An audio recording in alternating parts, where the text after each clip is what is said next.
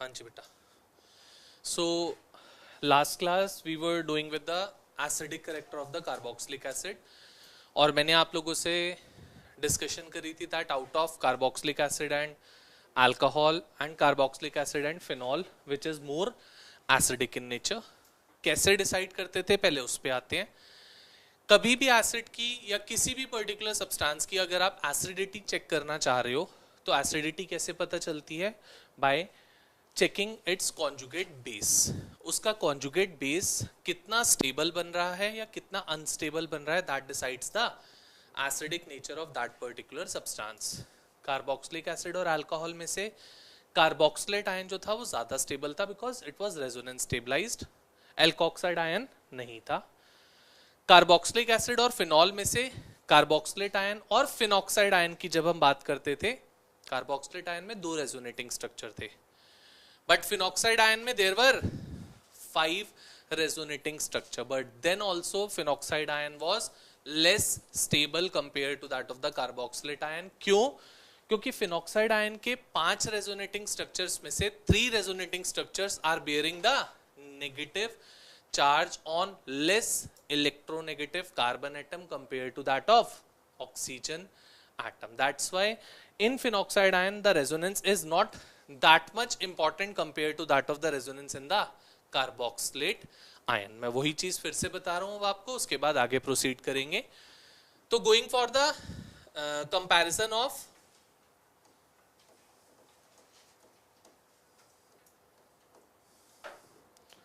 Acidic strength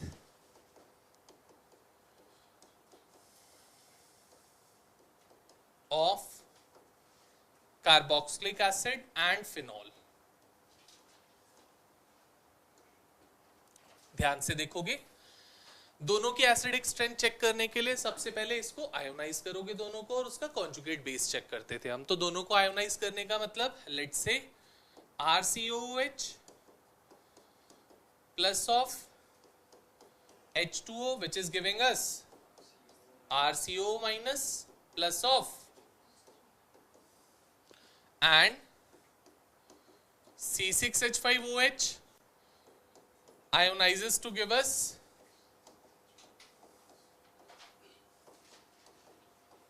so this is my carboxylate ion and this is my phenoxide ion. अगर मैं दोनों के resonance की बात करूं बेटा तो पहले आते हैं कार्बोक्सिलेट आयन के रेजोनेंस पे. ये है carboxylate ion R,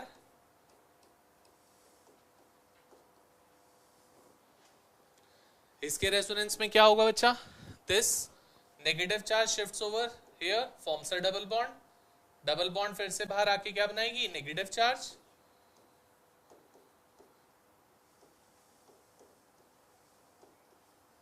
This would be the case. So there are 2 resonating structures in the case of the carboxylate ion. आते हैं फिनॉक्साइड आयन पे. ये देखो,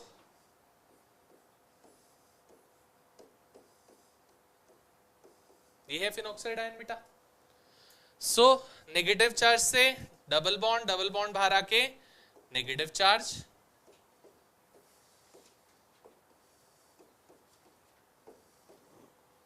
फिर से नेगेटिव चार्ज से डबल बॉन्ड बाहर आके नेगेटिव चार्ज.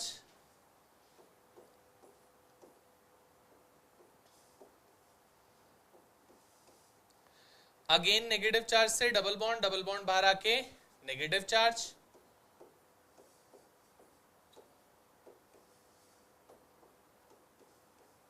और लास्टली नेगेटिव चार्ज से डबल बॉन्ड और डबल बॉन्ड वापसी ऊपर जाके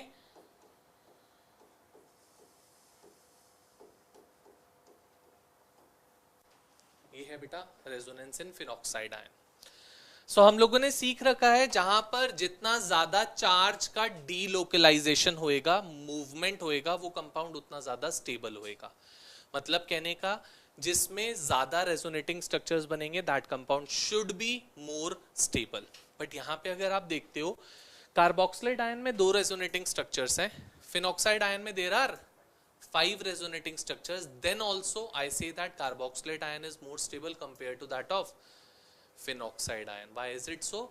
Because out of 5 resonating structures, 3 resonating structures are bearing the negative charge on the less electronegative carbon atom compared to that of more electronegative oxygen atom. ये देखो इधर, ये रहा. So 3 out of 5 are bearing the negative charge on less electronegative carbon atom compared to that of oxygen atom. That's why resonance in phenoxide ion is not that useful or not that कि वो आपकी stability को guide कर सके compared to that of the 2 resonating structures in carboxylate ion, where both the resonating structures are bearing the negative charge on more electronegative oxygen atom. Am I clear with this? पक्का? Very important question. Short teachers का favorite question रहता है. अगर आपको acidic character उन्हें पूछना है तो they can ask about this acidic character. ठीक है? आगे चलते हैं फिर. अब बात आती है that कि which all factors or which all things can guide the acidic nature of carboxylic acid. Coming over to that now. So factors affecting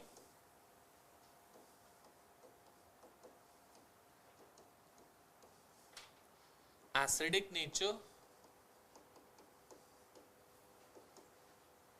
of carboxylic acid.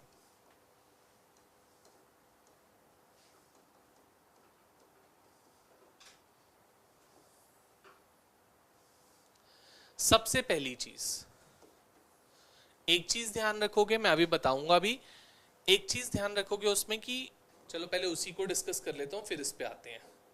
देखो इधर, so effect of substituents on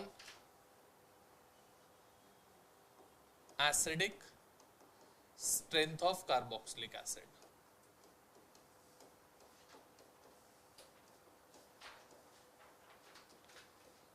बेटा अब हमारे पास जो substituents होते हैं, there are 2 different types of substituents. Either it would be an electron withdrawing group or it would be an electron donating group. So मान लो ये 3 कंपाउंड्स हमारे पास हैं, COOH with a nitro group, COOH normally without any group being attached, and COOH with CH3 or any particular alkyl group. There can be CH3, C2H5, C3H7, C4H9, कोई भी alkyl group हो. NO2 electron withdrawing होता है, donating होता है? It's an EWG group. And all the alkyl groups are EDG groups.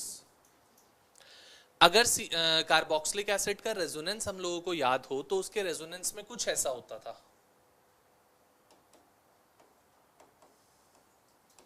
और carboxylic acid के oxygen पे डेल्टा नेगेटिव चार्ज आता था. वो कभी भी ध्यान रखोगे, किसी भी पर्टिकुलर सब्सटेंस को अगर आपको एसिडिक कहना है या अगर आपको चेक करना है कि ज्यादा एसिडिक होगा या कम एसिडिक होएगा, तो more acidic would be the one जिसमें जितना ज्यादा पॉजिटिव चार्ज होगा वो उतना ज्यादा एसिडिक इन नेचर होगा, चाहे कोई भी सब्सटेंस हो.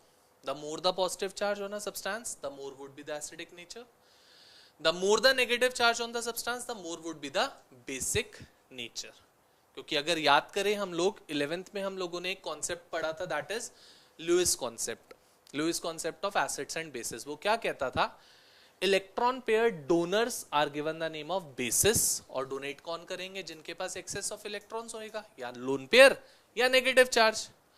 और electron pair acceptors we call it to be accept कौन करेगा? जिसपे पॉजिटिव चार्ज होएगा या वो डेफिशिएंट इन नेचर होएगा. पॉजिटिव चार्ज का मतलब ही होता है डेफिशिएंट इन नेचर. सो अगर पॉजिटिव चार्ज यहां पे है और मैंने और क्या अटैच कर दिया है यहां पे, NO2 group which would B withdrawing the electron charge density from the benzene ring. अगर बेंजीन रिंग से इलेक्ट्रॉन चार्ज डेंसिटी को विड्रॉ करेगा तो बेंजीन रिंग पे क्या चार्ज डेवलप कराएगा? पॉजिटिव चार्ज, क्योंकि इलेक्ट्रॉन चार्ज डेंसिटी विड्रॉ करना मतलब नेगेटिव चार्ज विड्रॉ करना। किसी भी स्पीशी में से नेगेटिव चार्ज निकलेगा तो उस पर चार्ज क्या आ जाएगा? पॉजिटिव चार्ज आ जाएगा। तो कैन आई से इस वाले कंपाउंड में सबसे ज्यादा पॉजिटिव चार्ज होएगा क्योंकि यहाँ पे ईडीजी ग्रुप अटैच्ड है।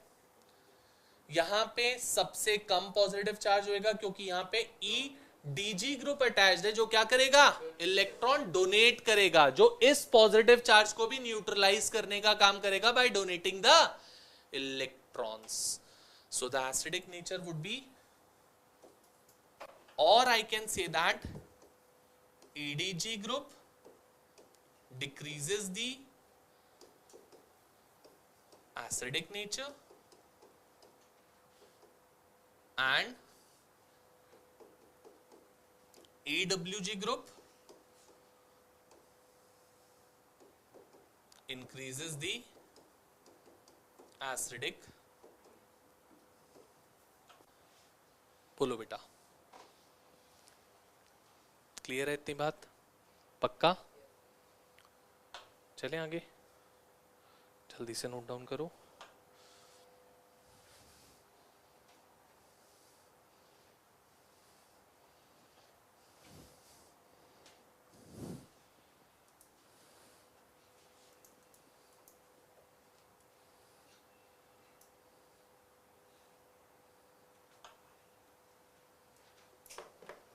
चल ले बेटा।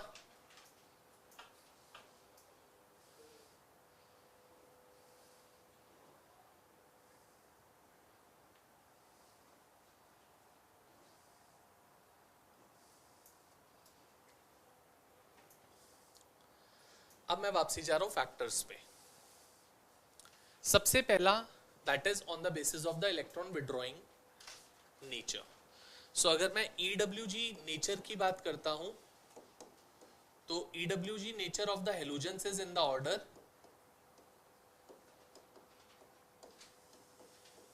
FClBrI। Fluorine has the highest withdrawing tendency compared to that of chlorine, compared to that of bromine, compared to that of iodine. So let's say we are having the compounds like this.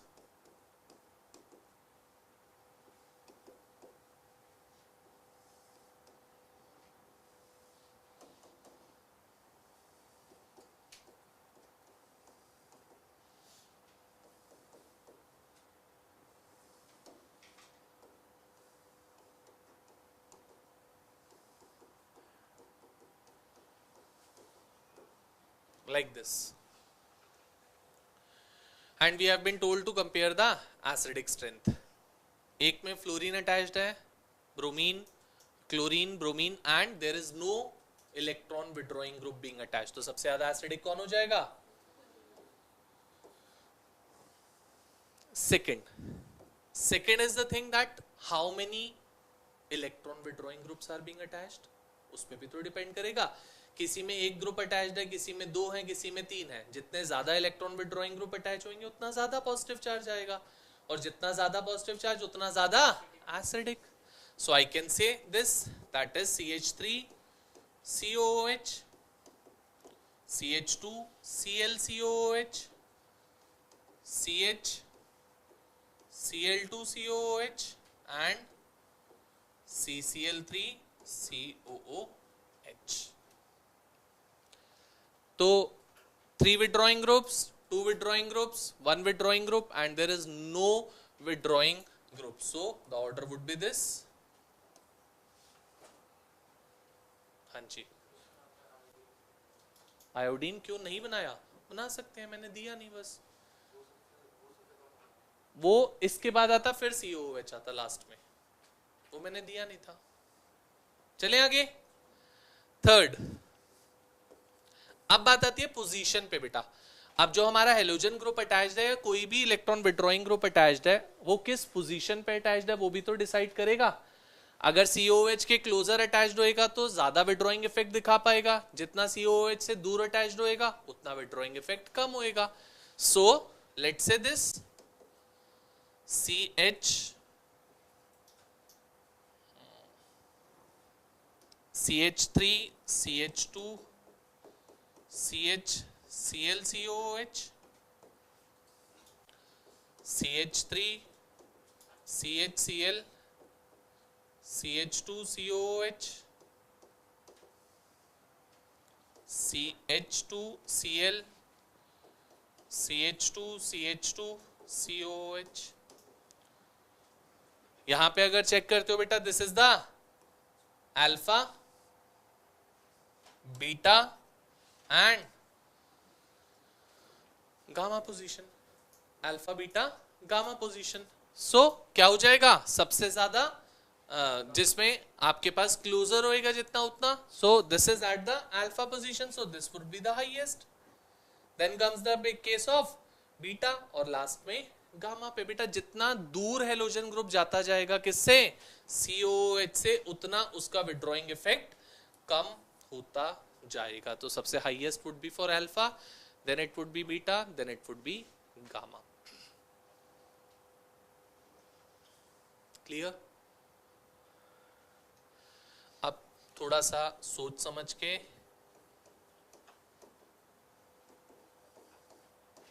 मुझे इसका answer दे दो and Y, कि दोनों में से which would be more acidic in nature and why. सोच के समझ के आराम से।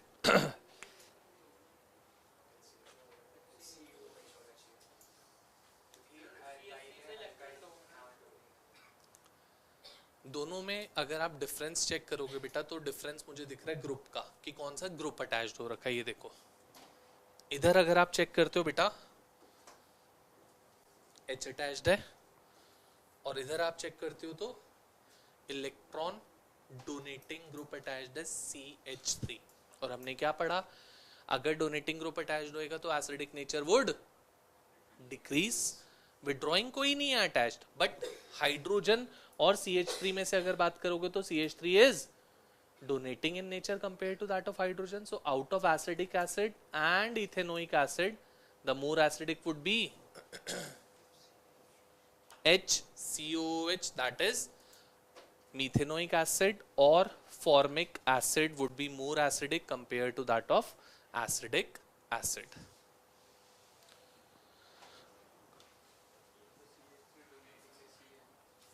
So moving further in this only, note down कर लिया सबने ये?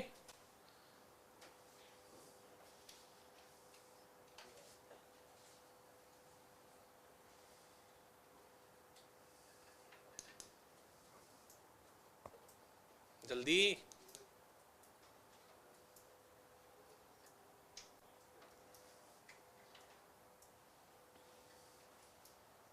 हो गया, हो गया पक्का? ठीक है। अब हमारे पास एक और चीज की बात आती है बेटा, that is the boiling point. एक बार बॉइलिंग पॉइंट पे भी डिस्कशन कर लेते हैं, फिर आगे बढ़ेंगे।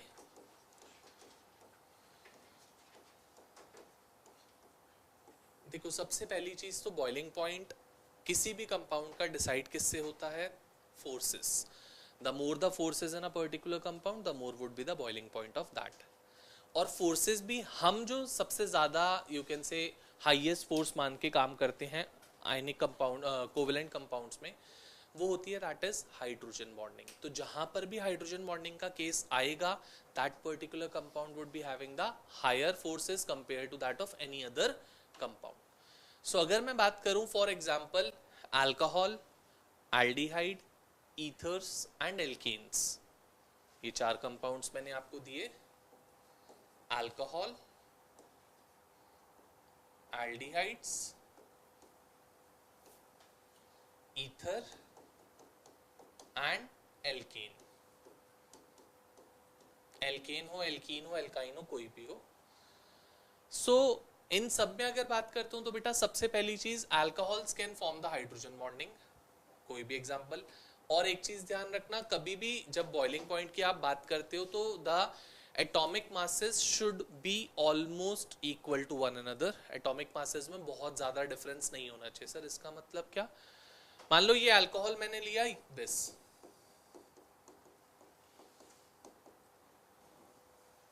ठीक है। अगर मैं एल्डिहाइड की बात करता हूं, सो ईथर एंड एल्केन। आप पहले चेक करके देखो, सबका atomic mass would almost be same to one another, आप चेक कर सकते हो। अल्कोहल का चेक करो, C2 that is 24, 24 plus 6 30, 30 plus 16 that is 46। यहां पे भी देख सकते हो 24, 24 प्लस 4 28, 28 प्लस 16 इज 44। यहाँ पे भी देखोगे ऑलमोस्ट सेम आएगा, इधर भी देखोगे ऑलमोस्ट सेम आएगा। ऑलमोस्ट सेम का मतलब ये है, मैं ये नहीं कह रहा एग्जैक्टली आइडेंटिकल होएगा, किसी का 45 है, किसी का 44 है, किसी का 43 है। हाइड्रोजन्स का डिफरेंस आ रहा है चलेगा, बट कार्बन ऑक्सीजन का डिफरेंस नहीं हो सकता ज्यादा। यहाँ पे अगर आप देखोगे 2 कार्बन है, 2 कार्बन है, 2 कार्बन है, यहाँ एक एक्स्ट्रा कार्बन क्यों आया? क्योंकि यहाँ ऑक्सीजन नहीं है। अगर ऑक्सीजन होता तो over here also we should be having with 2 carbons, then only the atomic masses would almost be equal to one another. So out of all, ये बहुत बढ़िया से हाइड्रोजन बॉन्डिंग कर सकता है कोई भी अल्कोहल हो। जितना कार्बन कंटेंट बढ़ता जाएगा, हाइड्रोजन बॉन्डिंग का एक्सटेंट कम होता जाएगा, ये ध्यान रखना। उसके बाद बात आती है इसकी, ये भी हाइड्रोजन बॉन्डिंग कर सकता है, but not to that extent compare to that of alcohol. Ether में तो होती ही बहुत रेयरेस्ट है, और एल्केन में हाइड्रोजन बॉन्डिंग का कोई कॉन्सेप्ट आ ही नहीं सकता, क्योंकि यहाँ पे आपके पास ऑक्सीजन है ही नहीं। अगर ऑक्सीजन नहीं है तो हाइड्रोजन बॉन्डिंग की बात नहीं आएगी। तो सबसे हाईएस्ट हाइड्रोजन बॉन्डिंग किसमें है? Then it would be in the case of, then it would be in the case of ether, and at the last it would be in the case of, provided that their atomic masses are almost equal to one another. अगर atomic masses में ही difference हो जाएगा तो जिसका atomic mass ज्यादा होएगा उसका boiling point ज्यादा होने वाला है। So the order should be this. अब मुझे एक चीज इसमें फिट करनी है, आप लोग बताओगे क्या? कार्बोक्सिलिक एसिड मुझे इसमें फिट करना है। Where should carboxylic acid be placed and why? Carboxylic acid कहां पे आना चाहिए और क्यों आना चाहिए, with the reason of that. Preference किस चीज की प्रेफरेंस? अल्कोहल के क्यों? पढ़ रखा है तुमने तभी पूछ रहा हूं। Where should carboxylic acid be placed in this particular series? Carboxylic acid में भी हाइड्रोजन बॉन्डिंग होती है, नो डाउट।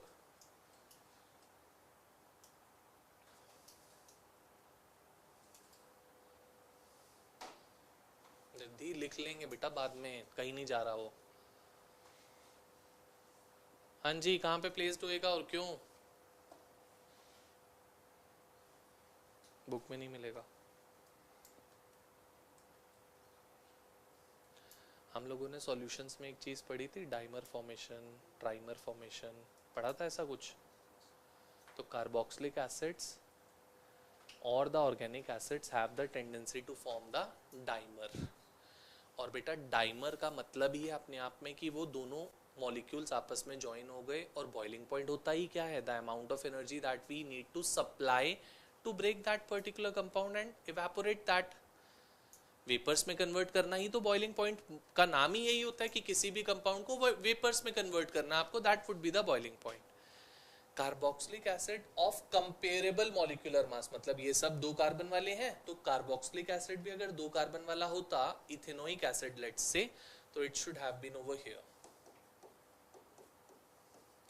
और इसका रीजन क्या है? Because of the dimer formation and trimer formation of the carboxylic acids, the amount of energy required to break them is very very high.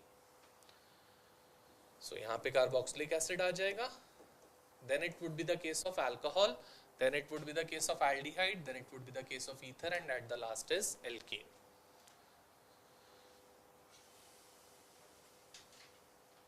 Clear है बात? चले आगे।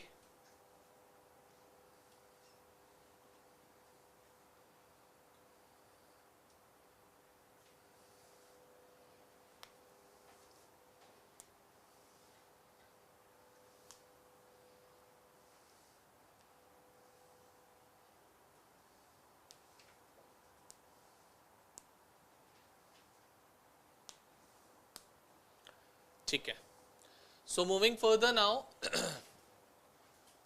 टेस्ट जो हम लोगों ने पढ़े थे उसको एक बार फिर से रिपीट कर रहा हूं मैं। हम लोगों ने 4 टेस्ट पढ़े हैं बेसिकली इस चैप्टर के लिए।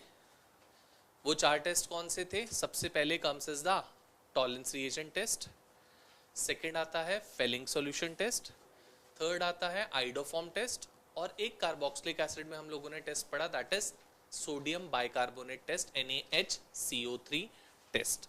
तो फिर से वो सब एक बार मैं बता रहा हूं क्योंकि क्वेश्चंस करने हैं हम लोगों को उसके। So first it was the Tollens reagent.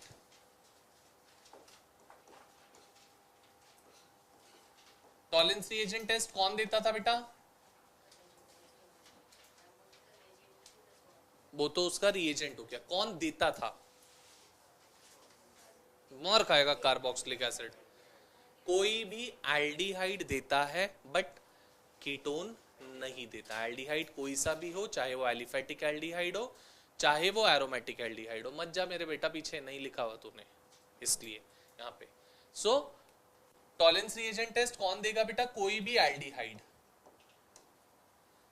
सो कोई सा भी एल्डिहाइड होएगा, that would be giving, ketones would not be giving the Tollens reagent test, first thing. Aldehyde कोई सा भी हो, एलिफेटिक हो, एरोमेटिक हो, दोनों देंगे। सर ये क्या होता है?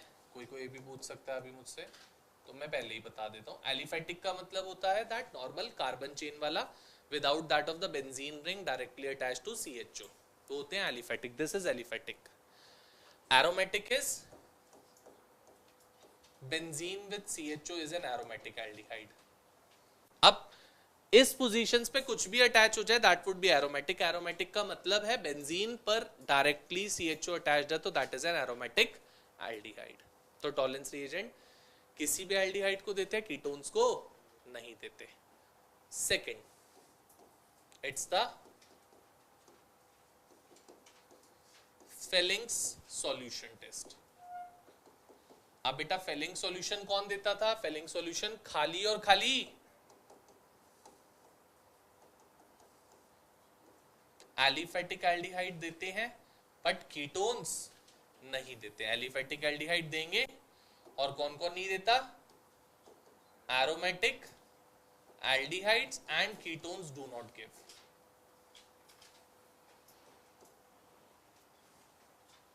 ठीक है, थर्ड पे आते हैं, इट्स आइडोफॉर्म।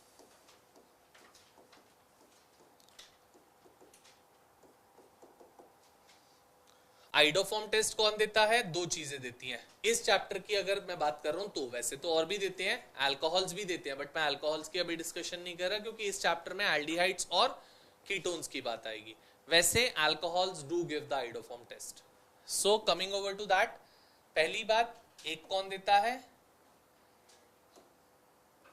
एसिटाल्डिहाइड स्पेसिफिकली, और दूसरा कौन देता है? सर ये क्या होता है? एसिटाल्डिहाइड और मिथाइल कीटोन्स 2 ही ऐसे हैं जो देते हैं क्या? Iodoform test. एसिटाल्डिहाइड क्या होता था बेटा? 2 कार्बन का एल्डिहाइड CH3CHO। और मिथाइल कीटोन देख लो इधर, मिथाइल कीटोन जिसको नहीं पता, this is methyl ketone. Ketone के एक साइड पे CH3 होना कंपलसरी है, दोनों पे होगा, बहुत बढ़िया।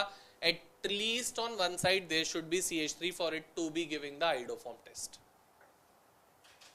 दोनों में से एक साइड पे भी नहीं होएगा तो वो नहीं देगा। Minimum at least on either side में से एक साइड पे CH3 होना कंपल्सेशन है for iodoform test to take place.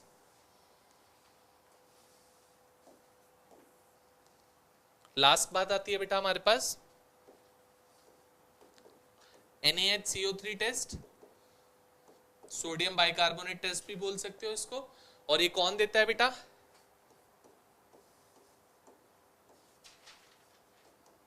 खाली और खाली कार्बोक्सिलिक एसिड, और कोई नहीं देता।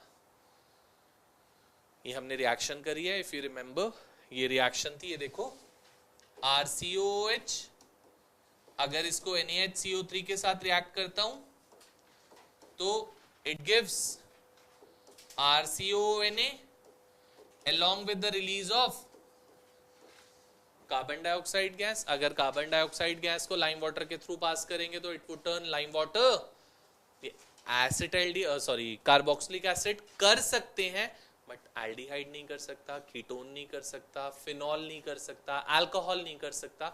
Only and only given by carboxylic acids. Carboxylic acid का इसके अलावा और कोई टेस्ट नहीं है, ध्यान रखना. Carboxylic acid only gives one test, that is NaHCO3 test, sodium bicarbonate test. पक्का? ठीक है. एक मुझे इसके लिए सोच के बता दो जरा.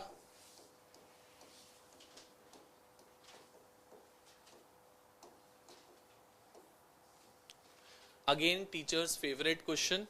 गिव अ distinguishing test या give a chemical test to distinguish between ethanoic acid and formic acid. Ethanoic acid and formic acid.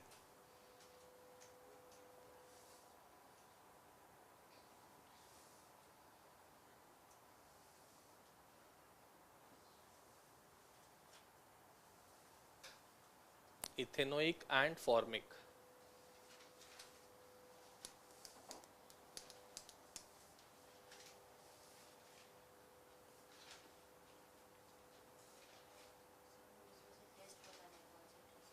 कौन सा टेस्ट इनको डिस्टिंग्विश कर सकता है और दोनों में से कौन देगा वो वाला टेस्ट. जैसे फॉर एग्जांपल मान लो एसिटाल्डिहाइड देता और बेंजाल्डिहाइड दे देता, तो आइडोफॉर्म दे सकता था. आइडोफॉर्म एसिटाल्डिहाइड देता, बेंजाल्डिहाइड. तो कभी भी कोई भी टेस्ट हमको चूज करने का मतलब होता है one of the compound should be giving, the other one should not be giving. और वो गिविंग पता कैसे चलेगा? कोई भी विजिबल चेंज से. जैसे टॉलेंस रिएजेंट में सिल्वर मिरर बनता है, फिलिंग सॉल्यूशन में रेडिश पीपीटी बनती है, आइडोफॉर्म में येलो पीपीटी बनती है, इसमें lime water would turn milky.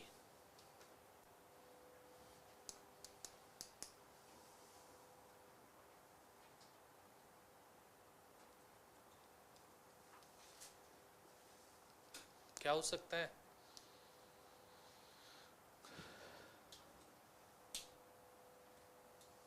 Carboxylic acid तो एक ही टेस्ट देता है, तो दोनों कार्बोक्सिलिक एसिड तो देंगे. इसका मतलब वो आप यूज शॉर्ट है, ये नहीं हो सकता. ठीक है. एक ही ऐसी एक्सेप्शन है, methanoic acid, which gives the Tollens reagent test.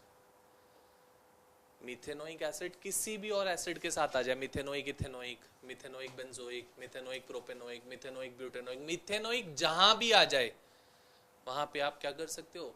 Tollens reagent test use कर सकते हो. It's an exception. Why is it सो वो भी देख लेते हैं, वापसी इस पे आऊंगा. देख लो पहले जरा व्हाई इज इट सो. ये देखो, methanoic acid is somewhat like this. हाँ या ना? सो मुझे ना ये it's a type of aldehyde दिख रहा है अगर आप चेक करते हो तो. ये देखो, ये एल्डिहाइड होता है या नहीं होता? C double bond OH is an aldehyde. और एल्डिहाइड तो टॉलेंस रिएजेंट टेस्ट देते हैं ना बेटा. सो this is one of the exception from the acid which gives the tolerance reagent test. No other acid gives the tolerance reagent test. दूसरा साथ में क्या बोला था आपको? ये क्या ये कहीं से आपको एल्डिहाइड दिख रहा है? इसलिए this would give the tolerance reagent test, but this would not give the tolerance reagent test. So tolerance reagent test can be used to distinguish for methanoic acid with any other acid. Any of the acid could have been there. और acid के साथ कुछ और होगा तो आप NaHCO3 use कर ही सकते हो, कोई बात ही नहीं उसमें. तो फिलिंग सॉल्यूशन टेस्ट में क्या होता है बेटा? वो माइल्ड आपके पास रिड्यूसिंग ऑक्सीडाइजिंग एजेंट है. Tollens reagent is a stronger compare to that of Fehling's, इसलिए टॉलेंस दे सकता है, फेलिंग्स नहीं दे पाता. चलें आगे. एक लास्ट चीज और बता रहा हूं, फिर आते हैं क्वेश्चंस पे. एक हम लोगों ने एल्डिहाइड कीटोन्स पढ़ते हुए एक प्रॉपर्टी पढ़ी थी, that is nucleophilic addition reaction. Nucleophilic addition reaction अगर आप अपने नोट्स में देखोगे तो जरूर से मिलेगी. केमिकल प्रॉपर्टीज की फर्स्ट प्रॉपर्टी थी न्यूक्लियोफिलिक एडिशन रिएक्शन.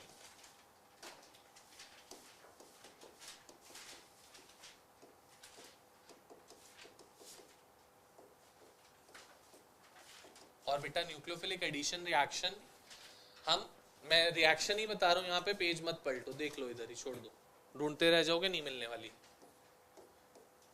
ये है कोई भी एल्डिहाइड और ketone, and I am reacting it with a nucleophile, adding a nucleophile to it. Adding a nucleophile का मतलब दिस NuH। NuH क्या है? Nucleophile with H, anything H। Nu तो कुछ भी हो सकता है ना, नेगेटिव चार्ज स्पीशी कोई सा भी हो, और उसके साथ नेगेटिव के साथ क्या अटैच्ड है? H। For example HCN, where CN is a nucleophile and H साथ में अटैच्ड है उसके। सो इसकी रिएक्शन क्या होती थी? कुछ ऐसे, दिस इज नेगेटिव O के पास कौन आ जाता है? H, और C के पास कौन आ जाएगा? Bond breaks from here, compound formed is this.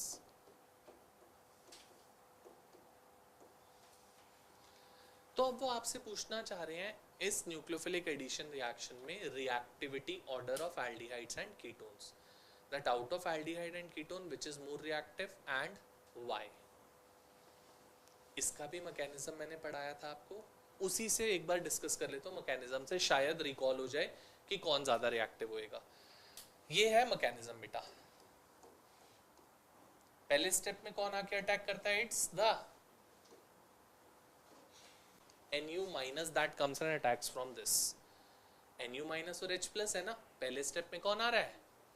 And it's a reversible reaction, तो आप दोनों साइड दिखाना चाहो ये भी कर सकते हो बेटा। इस न्यूक्लियोफाइल की वजह से this double bond will shift over to a more electronegative atom, that is oxygen.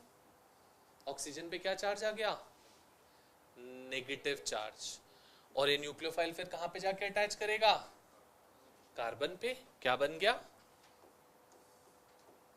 O minus and Nu, yes or no? और सेकेंड स्टेप में अब कौन आएगा? H प्लस आएगा और डायरेक्टली जाके अटैच कर जाएगा कहां पे? O पे, और क्या बना देगा? सो अब मैंने आपको पूरी रिएक्शन भी बता दी, उसका मैकेनिज्म भी बता दिया। Now I want to know from you that out of aldehyde and ketone which should be more reactive and why? Reactivity for nucleophilic addition reaction,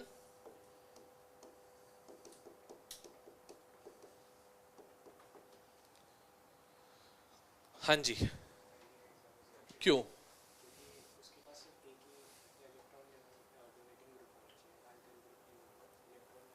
aldehyde में तो नहीं भी होता, HCHO नहीं होता,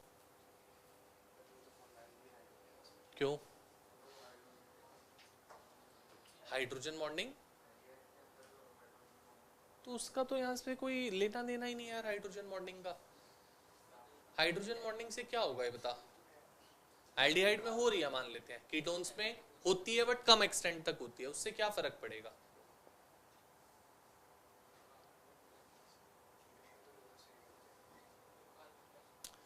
देखो, जो फर्स्ट स्टेप होता है बेटा, ये वाला step, this is the slow step and we know that slow step is the rate determining step, यही होता है। तो बेटा न्यूक्लियोफाइल जितना जल्दी जाके इस कार्बन पे अटैक कर पाएगा उतना रिएक्शन फास्ट होएगी, और न्यूक्लियोफाइल अगर अटैक डिफिकल्टी से करेगा तो reaction would be slow. Nucleophile attack जल्दी से कब कर पाएगा? जब कार्बन पे जितना ज्यादा पॉजिटिव चार्ज होगा। The more the positive charge on the carbon atom, the easier for the nucleophile to go and attack on it। तो बेटा अगर यहाँ पे फॉर एग्जाम्पल दोनों जगह मैंने क्या कर दिए? इलेक्ट्रॉन डोनेटिंग ग्रुप्स अटैच कर दिए, like in the case of ketones. ये देखो, कीटोन क्या होता है? कुछ ऐसा, दिस। और एल्डिहाइड में दो केसेस हो सकते हैं, या तो एल्डिहाइड होएगा ये, या एल्डिहाइड होएगा जिसमें दोनों जगह पे ही हाइड्रोजन एटम्स होंगे। हाँ या ना बेटा? बोलो। अब तीनों केसेस में ये डबल बॉन्ड तो शिफ्ट होगी ऑक्सीजन पे, जिसकी वजह से ऑक्सीजन पे नेगेटिव चार्ज आएगा और कार्बन पे, बट बेटा उस पॉजिटिव चार्ज को इंटेंसिफाई करने का काम या न्यूट्रलाइज करने का काम कौन करेंगे? ये एल्काइल ग्रुप्स या हाइड्रोजन एटम। अगर एल्काइल ग्रुप्स अटैच्ड है तो alkyl groups are electron donating groups, और यहाँ पे दो डोनेटिंग ग्रुप्स अटैच्ड है। अगर दो डोनेटिंग ग्रुप अटैच होंगे तो जितना पॉजिटिव चार्ज कार्बन पे आ रहा था उस पॉजिटिव चार्ज को न्यूट्रलाइज करने का काम कौन करेगा? Alkyl group. तो सबसे ज्यादा पॉजिटिव चार्ज न्यूट्रलाइज कहां पे हो गया? इन द केस ऑफ कीटोन्स। और सबसे ज्यादा पॉजिटिव चार्ज रह किस में गया? तो formaldehyde can we say would be most reactive for the nucleophilic addition. Then comes is any other aldehyde. Then comes is the case of, so the order should be, एक reason है electron donating alkyl groups का, दूसरा भी reason है, सुन लो इधर, अगर यहाँ पे बहुत बल्कियर ग्रुप अटैच्ड हो रखे होंगे इन द केस ऑफ कीटोन्स तो न्यूक्लियोफाइल का अटैक इजी होएगा, या जब स्मॉलर ग्रुप्स अटैच्ड होंगे तब इजी होएगा? तो पहला है इलेक्ट्रॉन डोनेटिंग एल्काइल ग्रुप्स का रीजन, सेकंड है स्टेरिक हिंड्रेंस, जितनी ज्यादा स्टेरिक हिंड्रेंस उतनी कम reactivity. So the reactivity order is formaldehyde, then any other aldehyde, then comes as the case of ketones.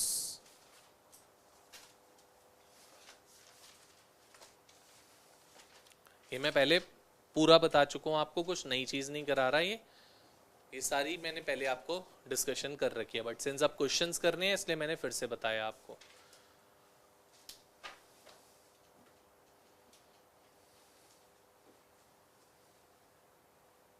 Done. अब जल्दी से बुक खोल लोगे. बुक में सबसे पहला क्वेश्चन ही यही है जो मैंने अभी आपसे डिस्कशन किया. Question number 1.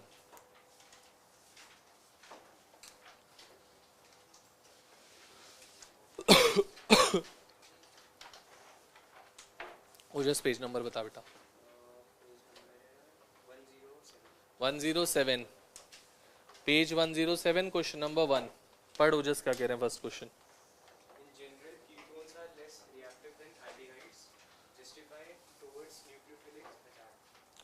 In general, ketones are less reactive compared to that of aldehydes towards nucleophilic attack. Justify or explain.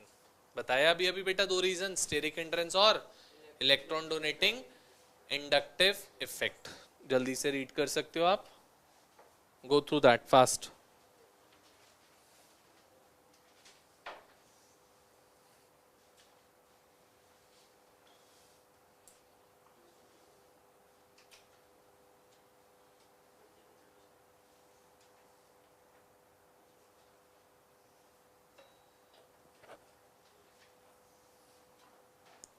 दोनों रीजंस दे रखे हैं वहां पे, स्टेरिक हिंड्रेंस का भी और इलेक्ट्रॉन डोनेटिंग इंडक्टिव इफेक्ट का भी.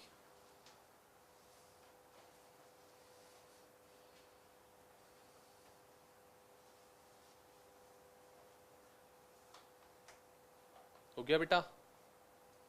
क्लियर? चलो अब तुम्हारी बारी आ रही है. जल्दी से क्वेश्चंस मैं कुछ बता रहा हूं, पहले तुम करना स्टार्ट करोगे, अपने आप गो थ्रू करोगे उसको, और फिर I would be discussing that.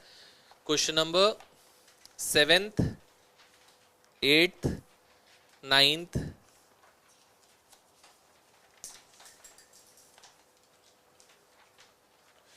10th, 11th, 13th, 15, 16,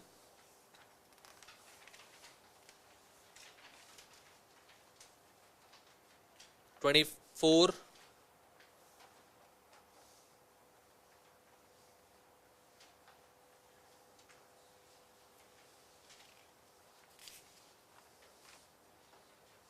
32,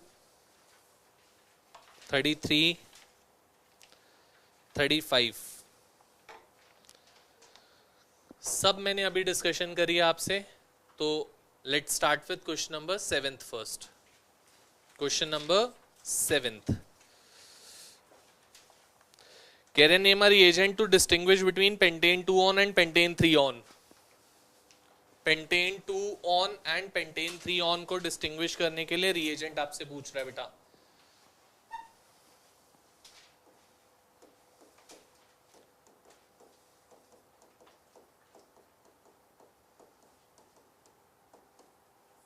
this is pentane 2 on,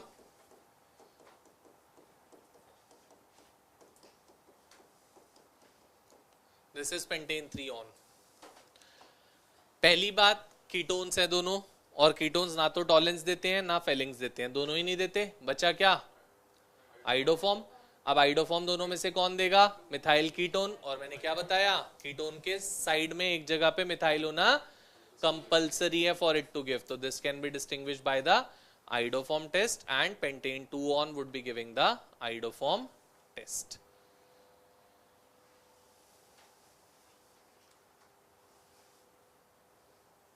ठीक है, go for question number 8th, 9th, 10th, 11th, चारों क्वेश्चंस जो हमने अभी रिएक्टिविटी, बॉइलिंग पॉइंट और एसिडिक नेचर की बात करी है उस पे है। तो स्टार्ट विद क्वेश्चन नंबर 8। मैं नहीं करा रहा, पहले आप लोग अपने आप करो गो थ्रू, उसके बाद फिर डिस्कस करूंगा 8 से। 8th, 9th, 10th, 11th चारों जल्दी से। क्वेश्चन नंबर 11th बेटा देखो क्या है। फर्स्ट पार्ट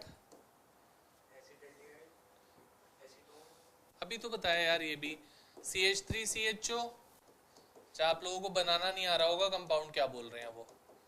फिर है डाइटर्ट ब्यूटाइल कीटोन और एक है मिथाइल टर्ट ब्यूटाइल कीटोन। तो डाइटर्ट का मतलब 2 टर्जरी ग्रुप, ये हुआ एक टर्ट, टर्ट ब्यूटाइल हो गया ये एक और टर्ट बोल रहे हैं, किसके साथ बोल रहे हैं? कीटोन के साथ।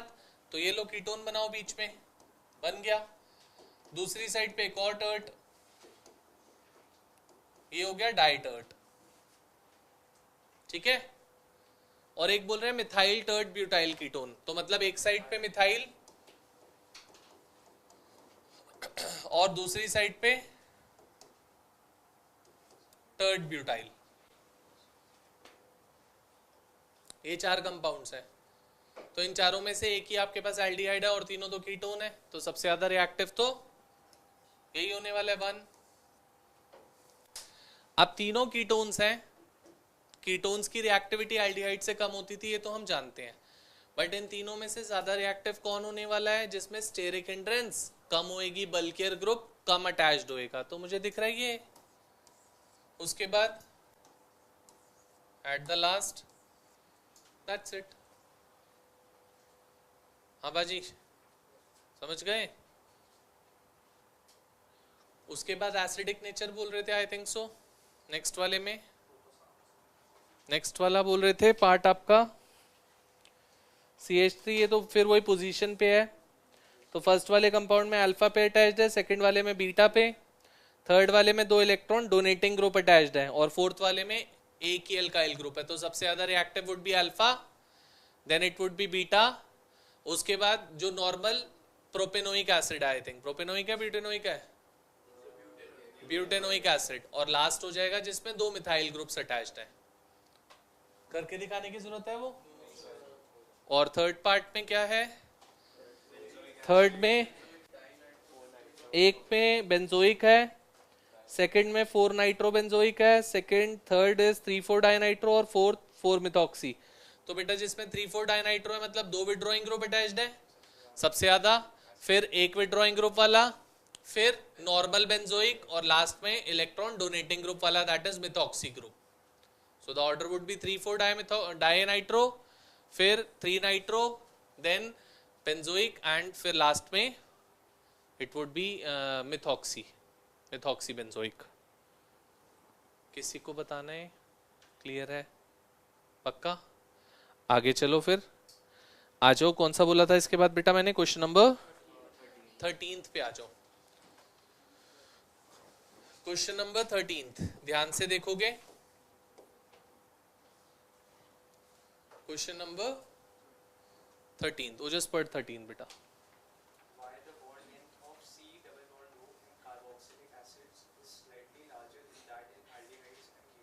सुनोगे अच्छे से, यहाँ पे बोल रहे हैं ये R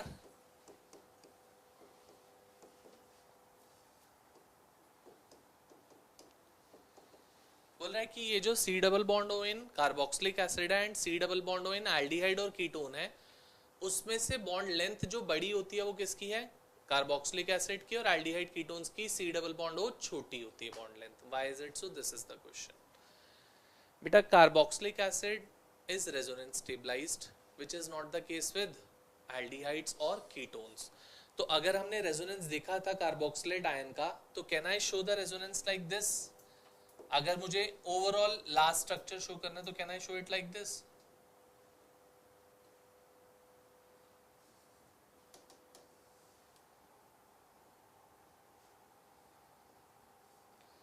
partial double bond character, और साथ में आप अगर इसको स्टेगनेंट दिखाना चाहो तो OH दिखा सकते हैं हम डायरेक्ट. सो यहाँ पे क्या है, पार्शियल डबल बॉन्ड करेक्टर है, और यहाँ पे क्या है, कंप्लीट डबल बॉन्ड है. डबल बॉन्ड की बॉन्ड लेंथ छोटी होती है, पार्शियल डबल बॉन्ड की बॉन्ड लेंथ बड़ी होती है compare to that of double bond. That's why it would be having the bigger bond length of this compare to that of the bond length over here because of the resonance stabilised carboxylic acid. Clear? Which is not the case with aldehydes or ketones. चलिए आगे, पक्का? Next क्या है? 15th क्या है? 15th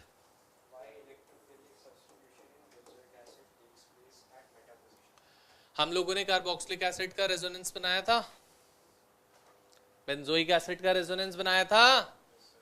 सो क्या था resonance? कुछ ऐसा था.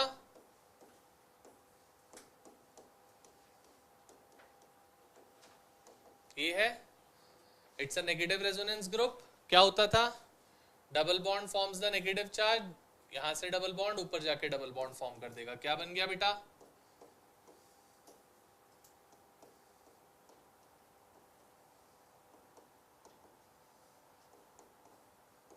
This way, then this double bond shifts over here, positive charge नीचे आ जाता है.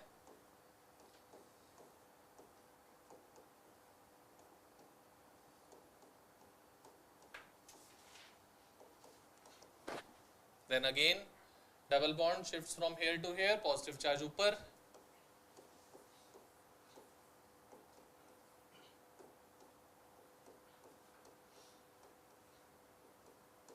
And lastly बेटा this double bond over here and negative charge से फिर से double bond.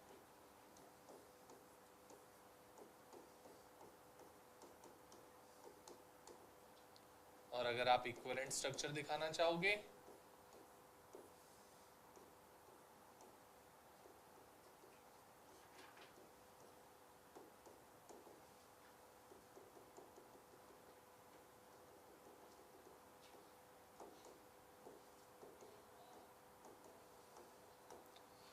so we can clearly see over here, since the positive charge is being developed at the ortho and para position, so if an electrophile would be coming, it would always and always be coming at the meta position. That's why we say that it is meta directing towards electrophilic aromatic substitution reactions. Clear? चलें आगे, आगे बढ़ो बेटा. शायद 23rd question था इसके बाद. 16th भी है, पढ़ो. 16th क्या है? ओजस पढ़ बेटा.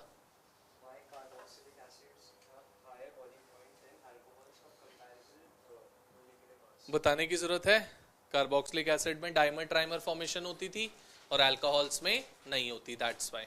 चलो आगे, next question, question number 23rd 24th. आ जाओ 24th पे, पढ़ ओजस क्या है 24th.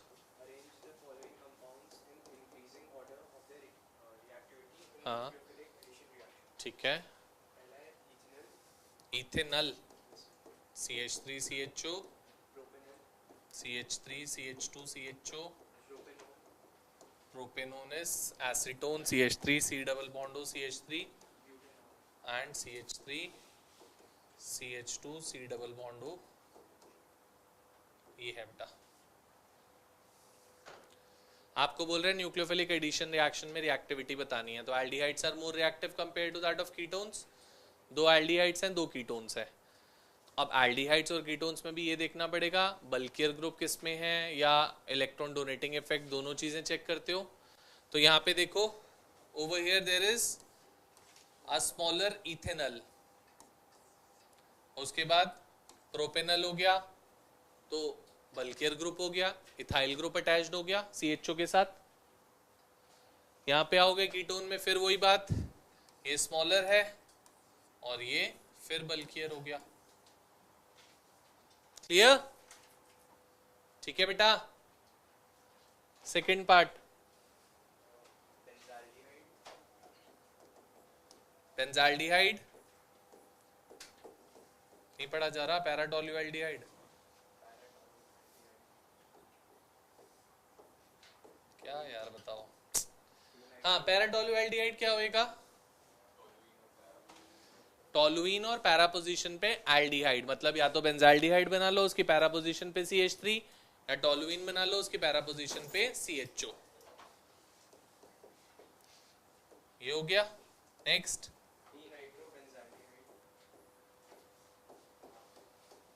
पैरा पे नाइट्रो बेंजाल्डिहाइड, फिर एसीटोफिनोन। देखो बेटा, फिर से वही बात करनी है, reactivity towards nucleophilic addition reaction. तो आउट ऑफ 4 3 तो एल्डिहाइड है, 1 कीटोन है, तो सबसे कम रिएक्टिव तो यही होने वाला है विदाउट एनी थॉट। अब आपको इन तीनों में चेक करना है। अगर आप चेक करते हो तो एक में डोनेटिंग ग्रुप अटैच्ड है, एक में विड्रॉइंग ग्रुप अटैच्ड है, बट विड्रॉइंग और डोनेटिंग से रिएक्टिविटी टुवर्ड्स HCN पे क्या फर्क पड़ेगा, या रिएक्टिविटी टुवर्ड्स न्यूक्लियोफिलिक सब्स्टिट्यूशन पे क्या फर्क पड़ेगा?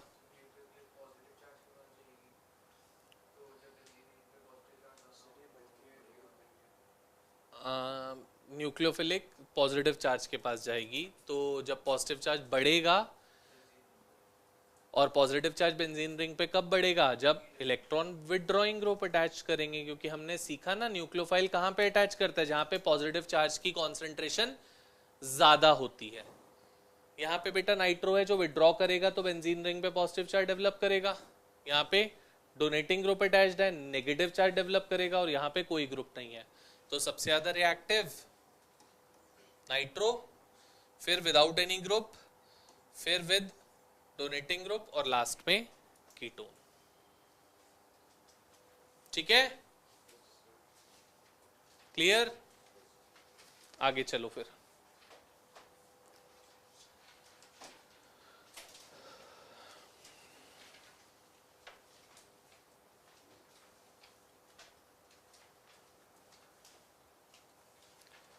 कौन सा क्वेश्चन है नेक्स्ट? जिसने कर लिया नोट डाउन जल्दी से, 30 सेकंड पे आ जाओ।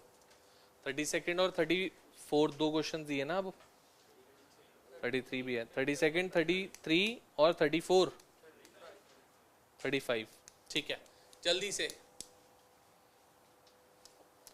वो भी बताने की जरूरत नहीं है, इसलिए अपने आप जल्दी गो थ्रू करो, आंसर्स भी गिवन है वहां पे। 30 सेकंड।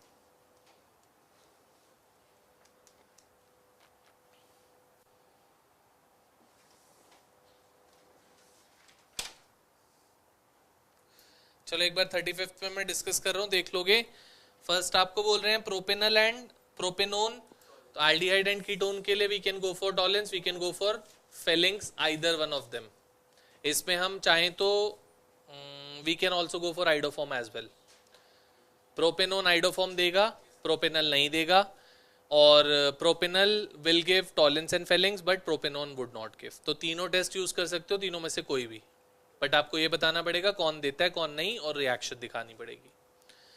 नेक्स्ट बोल रहे हैं आपसे इथेनॉल एंड प्रोपेनल, दोनों एल्डिहाइड्स हैं, दोनों टॉलेंस देंगे, दोनों फेलिंग्स देंगे, तो we have to go for iodoform, क्योंकि दोनों एल्डिहाइड्स हैं बेटा। Both the aldehydes, aliphatic aldehydes, can not be distinguished either by Tollens और बाय फेलिंग, किसी से नहीं हो सकते। तो बचा iodoform which would be given by ethanol. Propanal और प्रोपेनोन देगा, प्रोपेनल नहीं देगा ना, यही तो बोला। थर्ड क्या है? प्रोपेनल एंड डाइथाइल ईथर, तो प्रोपेनल टॉलेंस दे सकते हो, फेलिंग्स दे सकते हो, दोनों में से कोई भी। एंड लास्ट क्या बोल रहे हैं? वही फर्स्ट वाला ही है। चलो आ जाओ जल्दी से, अब कन्वर्जन्स पे आते हैं, कुछ कन्वर्जन्स देखते हैं। आ जाओ क्वेश्चन नंबर 18th या 19th होएगा शायद, चेक करो। 19th क्वेश्चन, 19th होगा बेटा। I am starting with the convergence. आज तो बहुत ज़्यादा नहीं करा पाऊंगा. हाँ, आज तो बहुत ज़्यादा नहीं करा पाऊंगा. So in the next class we should be ready with the reactions. सारी की सारी रिएक्शंस एल्डिहाइड कीटोन्स की अच्छे से रिवाइज करके गो थ्रू करके मिलोगे नेक्स्ट क्लास में, ताकि कन्वर्जन सीख पाओ. नहीं तो यहाँ पे कॉपी करोगे और कुछ नहीं होएगा. जिसने क्लास मिस करी है कुछ भी है, do see the recording for the same. अगर कोई डाउट्स होता है you can call me up, you can text me up, you can discuss with me. But next class से पहले पहले तक एल्डिहाइड कीटोन्स की मेरे ख्याल से 5-6 रिकॉर्डिंग्स है. तो उनको अच्छे से देखकर, जिसने भी क्लास मिस करी होगी, जिसने नहीं करी है उसके रजिस्टर में सब चीज़ होंगी, करके नेक्स्ट क्लास में मिलोगे ताकि कन्वर्जन्स अच्छे से सीख पाओ. और नेक्स्ट क्लास में chapter would be done, I would be finished with the chapter. और एक चीज़ और मुझे बताओ, अभी स्कूल्स खुलने के बाद रिसेंट एग्जाम्स होंगे आई थिंक सो. क्या सिलेबस क्या आ रहा है एक बार मुझे बता दो बेटा. जिनका आ रहा है पेपर में क्या करूंगा पता. वैसे तो 3 क्लास का चैप्टर है बस, इससे ज्यादा है.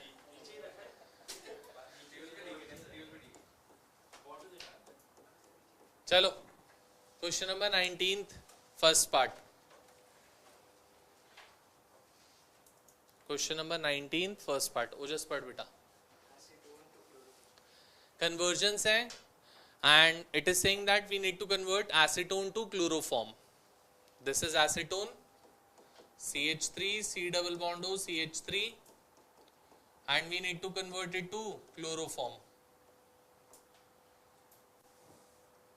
How can we go for it? Acetone to chloroform, jaldi se.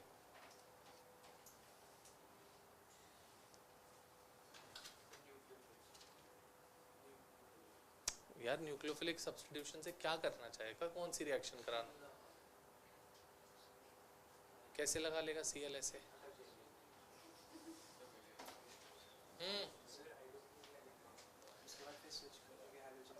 उसके बाद स्विच करना नहीं आता हम लोगों को, क्योंकि हेलोजन एक्सचेंज यहाँ पे यूज नहीं होता, वो फिंकलस्टीन और स्वार्ट्स वहीं पर यूज होते हैं बस. हम लोगों ने आइडोफॉर्म टेस्ट पढ़ा है. अब यहाँ पे आइडोफॉर्म ना करके क्लोरोफॉर्म कर देंगे तो CHCl3 नहीं बन जाएगा उसमें.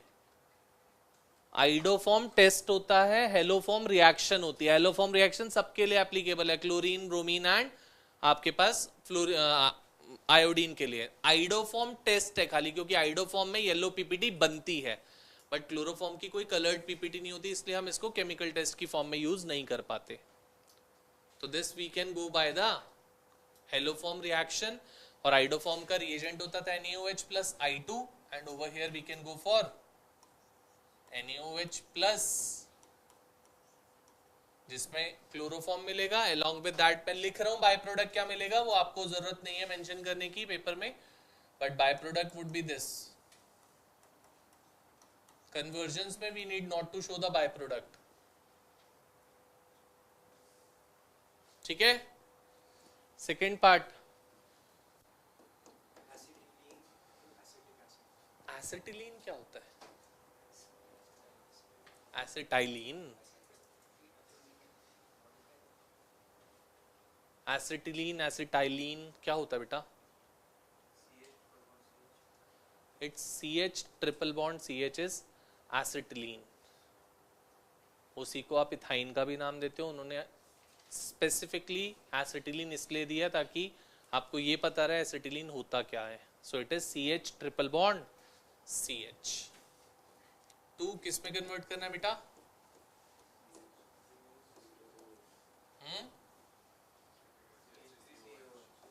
Acetic acid. हाँ जी.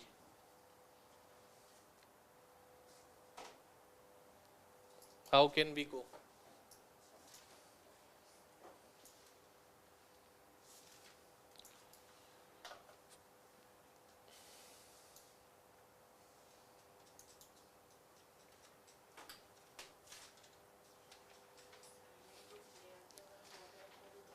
क्या करके बेटा? मतलब साइनाइड की हाइड्रोलिसिस करेगा तो बेटा कार्बन एटम तो बढ़ जाएगा बेटा, हमें तो 2 ही कार्बन का प्रोडक्ट चाहिए. तो कार्बन तो नहीं बढ़ाना।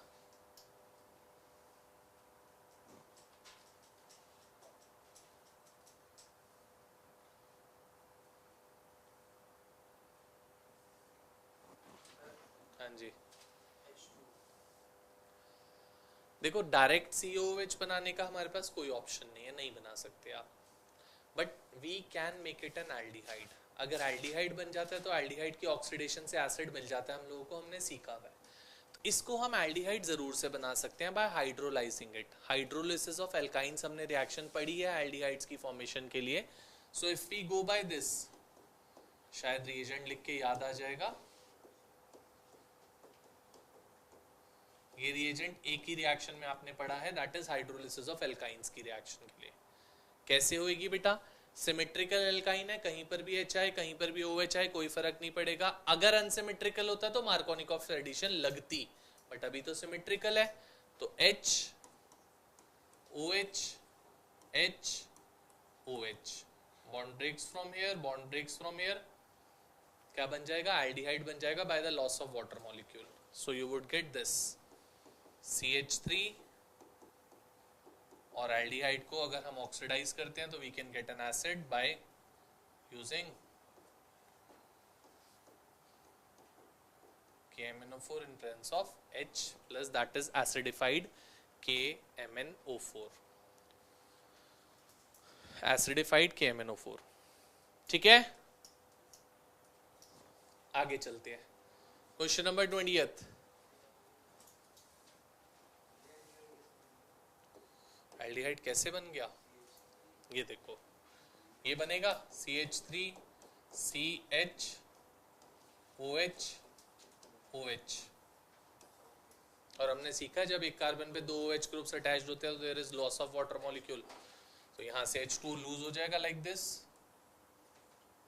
ये वाटर लूज हुआ और आपका एल्डिहाइड बन गया। ठीक है, चलो 20th पढ़ो, जिस क्या है सुनना इधर एक minute. Aldehyde, ketones, alcohols, alkanes, alkenes, everything can be converted to acid just by oxidizing it. Alcohol, aldehyde, ketones, alkanes, alkenes, सबके सब would get converted to acid just by oxidizing it।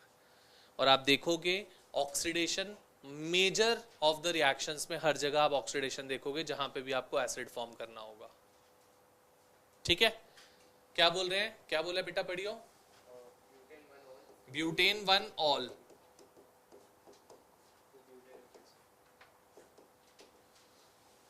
To butanoic acid,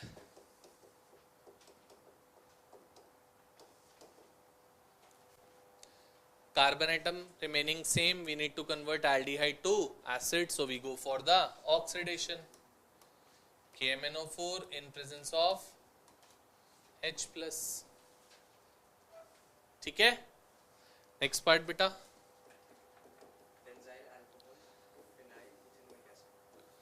benzyl alcohol, ये रहा benzyl alcohol से क्या बनाना है? Phenyl ethanoic acid.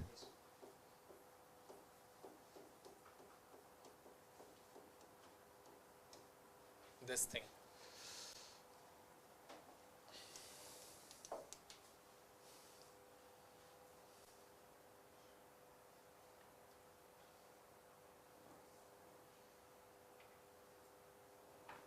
क्या करेंगे? Direct oxidise करेगा तो एसिड बन जाएगा बेंजोइक एसिड, बट हमें तो चाहिए ही नहीं, हमें तो फिनाइल इथेनोइक एसिड चाहिए। कार्बन एटम इंक्रीज करना है, और कार्बन एटम कभी भी सिंगल कार्बन अगर इंक्रीज करना है तो think over to CN every time cyanide, but cyanide direct नहीं आ सकता जब तक हेलोजन नहीं है। तो first try to bring about the halogen over here by reacting it with PCl5 PCl3, किसी से भी रिएक्ट कर दो, क्या आ जाएगा आपके पास? Cl आ गया, CH2Cl, Cl से फिर क्या लाओ? CN लाओ बाय KCN, और बेटा CN की हाइड्रोलिसिस से we get COOH। by hydrolyzing the CN we get COOH.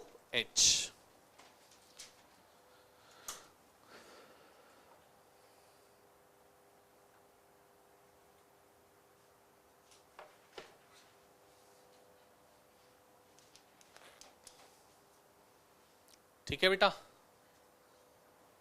Clear? चलें आगे।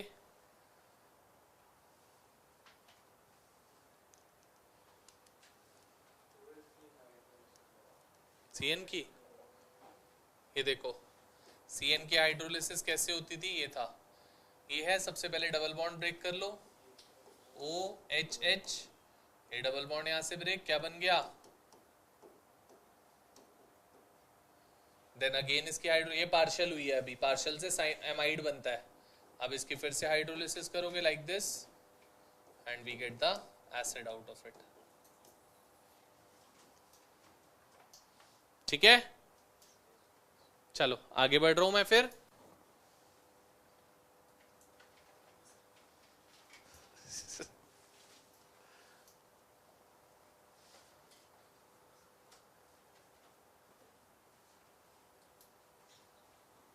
क्या अक्सीत,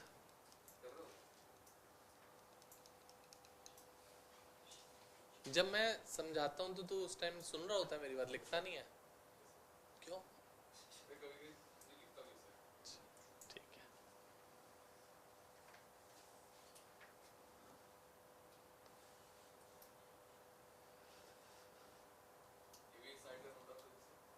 अगर तू चाहता है तो नहीं करने की जरूरत, वो तो पूछ रहा था तो इसलिए बता दिया मैंने, उसको जरूरत नहीं है वैसे। चलो थर्ड पार्ट बेटा, 3 नाइट्रो ब्रोमोबेंजीन, ब्रोमोबेंजीन ये रहा, 3 पे नाइट्रो है,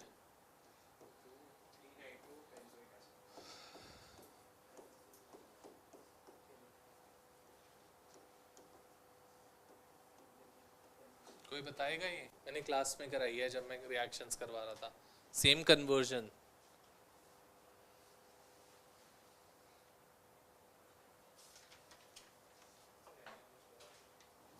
बेटा NaOH लगा के क्या करेगा, BrCOH में कन्वर्ट नहीं होएगा, Br में तो वैसे भी पार्शियल डबल बॉन्ड है, कैसे ब्रेक कर लेगा उसको? तो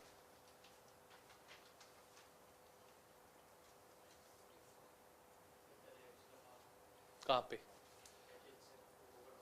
बेटा, वही तो बोल रहा हूँ, Br और बेंजीन में there is a partial double bond, how can we break that? Cyano तो नहीं, यही तो कह रहा हूँ बेटा, ये देखो ये हटा ही नहीं सकते तुम, क्लियर तुम्हें बताऊं, तुम अगर सोच रहे हो कि मैं Br को हटा के CN ले आऊं, CN से प्रोडक्ट बन जाएगा, बट वो ला नहीं सकते हम।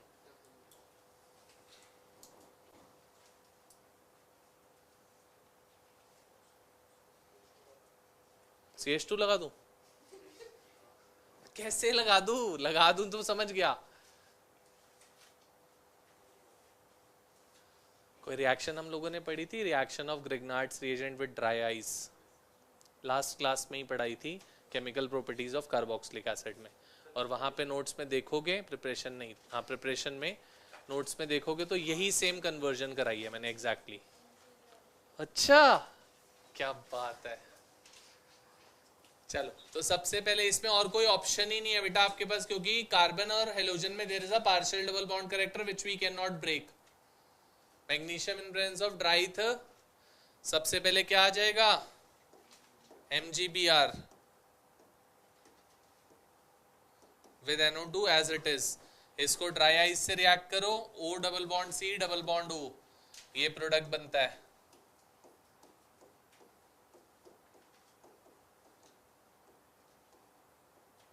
with NO2 and followed by its hydrolysis। कैसे हाइड्रोलिसिस होएगी, HOH बॉन्ड ब्रेक किससे होती है, H2OH+। जहां पे भी हो थर्ड पे लगा दो, नाइट्रो थर्ड पे बोला तो थर्ड पे प्लेस कर लोगे।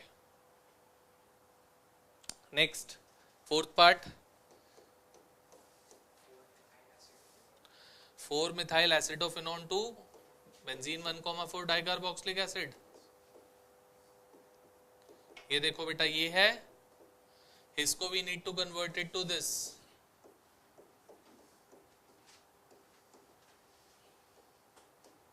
This thing, this one,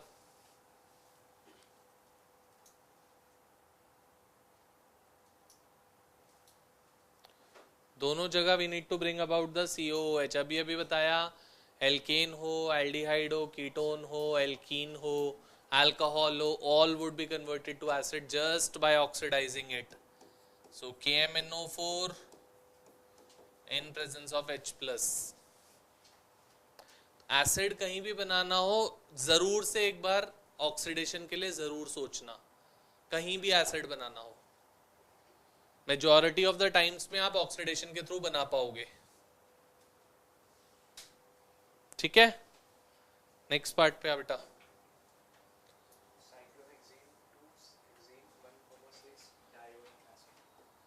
cyclohexane, ये रहा साइक्लोहेक्सीन होगा, हेक्सेन नहीं होगा। और ये बनाना है बेटा, और ये भी मैंने क्लास में कराया, अगर आप अपना रजिस्टर खोल के देखोगे।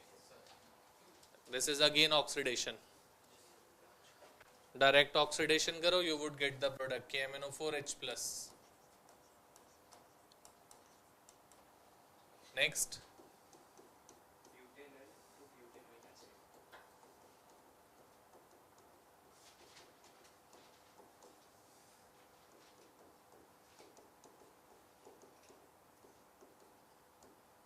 अगेन CHO को COH बनाना है तो मतलब फिर से ऑक्सीडेशन कर सकते हो। सो KMnO4